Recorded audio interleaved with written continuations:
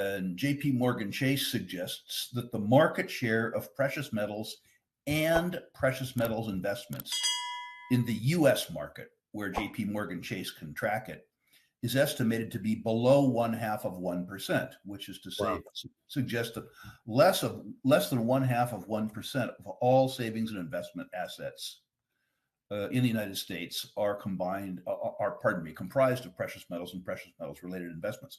What's interesting about their statistics is that they theorize that the 4-decade mean market share was 2%. So if you merely revert to mean, demand for precious metals increases fourfold in the largest savings and investment market in the world. To put that in context, the US market controls between 22 and 23% of savings and investment assets on the globe, including foreign investments in the United States.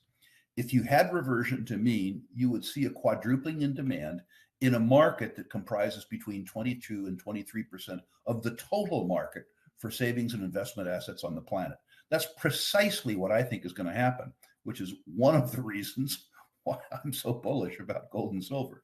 Rick Rule unpacks why top US banks confirm gold's undervaluation, citing central bank purchases as the driving force behind its surge. Despite lackluster interest from generalist investors, Rule notes a growing attraction to gold among younger demographics. With data from JP Morgan Chase indicating precious metals market share below 0.5% in the US, Rule anticipates a significant demand increase if the market reverts to its 4-decade mean. The first is that the increase that you've seen in the gold price hasn't come from retail buying. In fact, if you look statistically at the precious metals ETFs, what you've seen is retail selling in Europe and the United States. The buying has taken place by central banks. And I think that's the key reason why the gold stocks haven't moved. Central banks don't buy gold stocks, they buy gold. If you begin to overlay retail buying on the central bank buying that you've seen over the last 2 years, then I think you see an explosive move in the gold price. And I think at that point in time, it probably carries through to the stocks too. The second comment that I have for you is that the generalist investor still can't spell gold. They don't care. They think that in an inflationary period, that they do better with technology companies that have high operating margins, that the best guard against inflation is a hugely profitable business. There's some truth to that. Buffett did extraordinarily well through the decade of the 70s by focusing on companies that had pricing power. And I don't discourage people from looking at that, but I also do think that people need to pay much more attention to inflation protection that is easy to understand. The difference between gold and say NVIDIA is that it's pretty easy to pronounce and understand gold. And NVIDIA, I just hope I got right. The third comment I would have, however, is that interest in gold among young people and non-traditional people is increasing very rapidly. At my own site, Rule Investment Media, I'm getting an average of 40 new subscribers a day. And they aren't the old, bald, fat, white, God, guns, and gold crowd. The new audience is at least 35% female and more than 50% non-North American. So I think it's important that the gold industry and the gold mining industry begin to address new audiences. I think that's very important. What you'll find is that interest among people under the age of 40 in gold and silver is explosively high, measured by my own database. And JP Morgan Chase suggests that the market share of precious metals and precious metals investments in the US market, where JP Morgan Chase can track it, is estimated to be below 1/2%, which is to say, suggest that less than 1/2% of all savings and investment assets in the United States are comprised of precious metals and precious metals related investments. What's interesting about their statistics is that they theorize that the 4-decade mean market share was 2%. So if you merely revert to mean, demand for precious metals increases fourfold in the largest savings and investment market in the world. To put that in context, the US market controls between 22 and 23% of savings and investment assets on the globe, including foreign investments in the United States. If you had reversion to mean, you would see a quadrupling in demand in a market that comprises between 22 and 23% of the total market for savings and investment assets on the planet.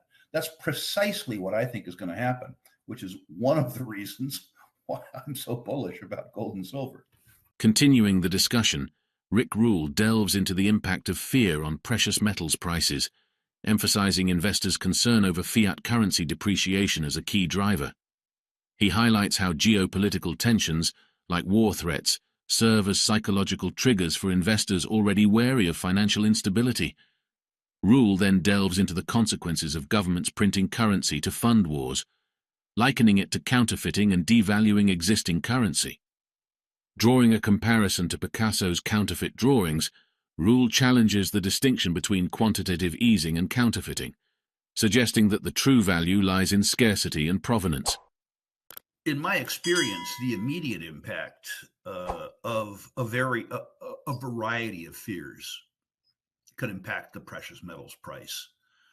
Looking at history, the most important variable is the one that you track, which is to say the fear that savers and investors have about the maintenance of their purchasing power in fiat currencies.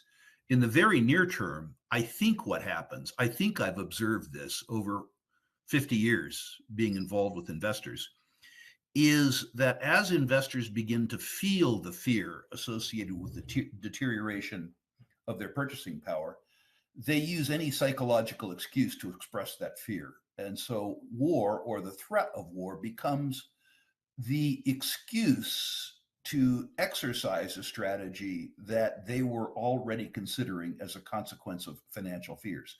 Now, the second part of your statement is very profound. The want of societies around the world to exercise their political will, given the unwillingness of their own citizens to pay for it, means that they have to borrow or they have to print to wage these wars. Printing new specious currency units without doing anything to increase the underlying value of the economy always undermines the value of the existing currency units. If you have, let's say, 1 trillion currency units, call it what you want. Let's call them Mikes just for fun. And Mike decides that he's going to print 200 billion more Mikes to keep the trillion already in existence company without doing anything to increase Mike's net worth or his income or the utility he generates. What he's done is basically devalued the existing stock by the amount that he's added. And there's no particular difference between a Mike and a dollar. They're both specious currency units. The difference, I guess, is that the dollar has an army and a navy behind it, and Mike is somewhat more peaceful. But that's the only difference. I challenge any of your listeners to explain to me how quantitative easing isn't counterfeiting, other than who does it. That brings up another topic about scarcity and value. Pablo Picasso used to, on occasion, go to a restaurant, look at the bill, get a piece of paper, and draw a Picasso, a currency. So let's say that the meal was 50 francs. He would draw a 50 Picasso franc thing on a piece of paper and give that to the restaurant owner in lieu of 50 francs.